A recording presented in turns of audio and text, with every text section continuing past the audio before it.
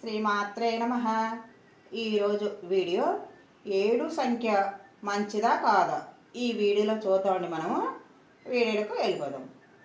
తిరుమల 7 కొండలు, ప్రత్యక్ష దైవము సూర్య భగవానుడు నుంచి వచ్చే కిరణాలు 7.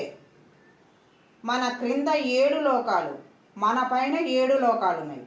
ద్వీపాలు 7. వివాహంలో దంపతులు కలిసి వేసేవి 7 అడుగులు. అగ్నిదేవుడు నాలుకలు 7. బ్రహ్మోత్సవాలు జరిగేది 7వ నెలలోనే. సప్తస్వరాలు కూడా 7. 7 సంఖ్య మంచిది కాదని కొందరి నమ్మకము. 7 కూడా మంచిదే. భగవంతుని సృష్టించిన ప్రతిదీ మానవుని కోసమే. దాన్ని ఉపయోగించే పద్ధతుల వల్లనే ఫలితము మనుషునికి వస్తుంది. ఈ వీడియోలో 7వ సంఖ్య మంచిదా కాదని చూసాం కదండి. మన నెక్స్ట్ వీడియోలో కలుసుకుందాం. వీడియో నచ్చితే లైక్ చేయండి, షేర్ చేయండి, సబ్స్క్రైబ్ చేయండి. Thank you.